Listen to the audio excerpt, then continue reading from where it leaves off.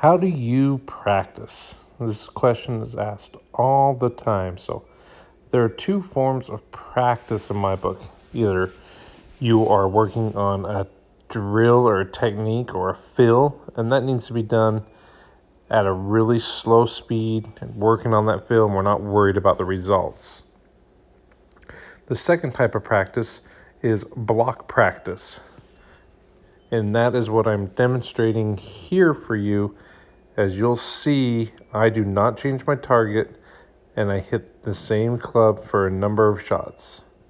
All I'm doing during this practice session is checking my dispersion from left to right to the same target. So watch as I go through this. All right, I'm starting with my 58-degree wedge, and I'm going to hit 10 shots from what I consider my first checkpoint, which is about hip high. And I'm going to check the distance that these go and just get a good feel of how well am I controlling my yardages. Once I finish those 10 shots at the first checkpoint with that 58-degree wedge, I'm going to go to my second checkpoint, which is left arm parallel to the ground. And I'm just going to work through being nice and aggressive with these and checking my distance with that particular club at that checkpoint.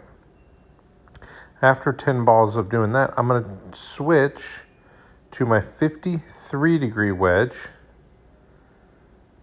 And I'm going to do the same fills, same checkpoints. I'm going to do first checkpoint, be nice and aggressive through. And then I'm going to do my second checkpoint with the 53-degree wedge.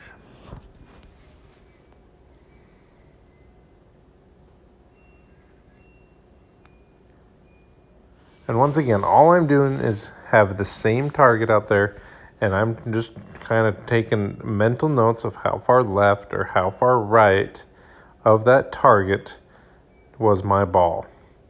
So when I move, you can see kind of that trunk of that tall tree kind of straight off of my right arm right there. That is my target.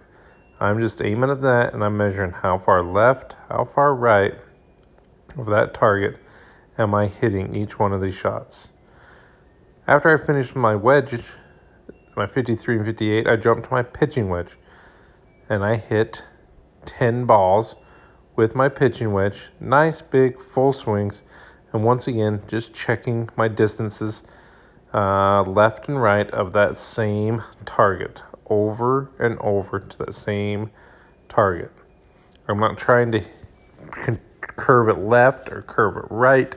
I'm just making nice, normal, big, full, aggressive swings and checking my dispersion left to right of that target.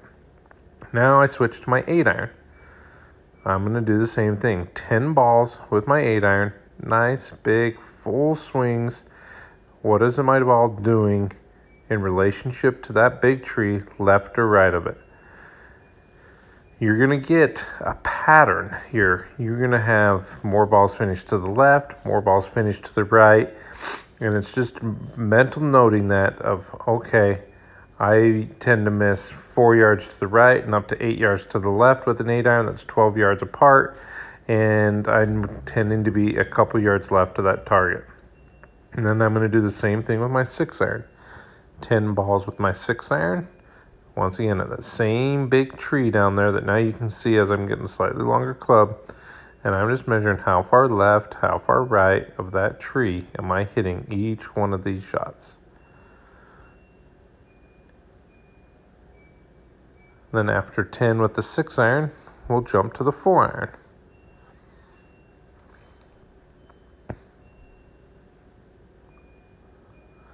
All right, here, now we got the 4-iron, same thing, boom. Actually, we're already up into the driver, so we did 4-iron already. Now this is driver. Driver, I hit about 20 drivers. We want a little bit bigger pattern with our driver. We just want to know more about what our driver is doing. Left or right, what's my shape? So a typical driver, if I was to hit 100 drivers, we're probably going to find my furthest right ball and my furthest left ball are going to be roughly 65 to 70 yards apart. And that is just fine. That lets me know that any hole that has 65 or 70 yards between penalty shots, I can go ahead and freely hit driver. Give this a try in your next practice and monitor what your dispersion is, and that'll lead to better scores on the golf course.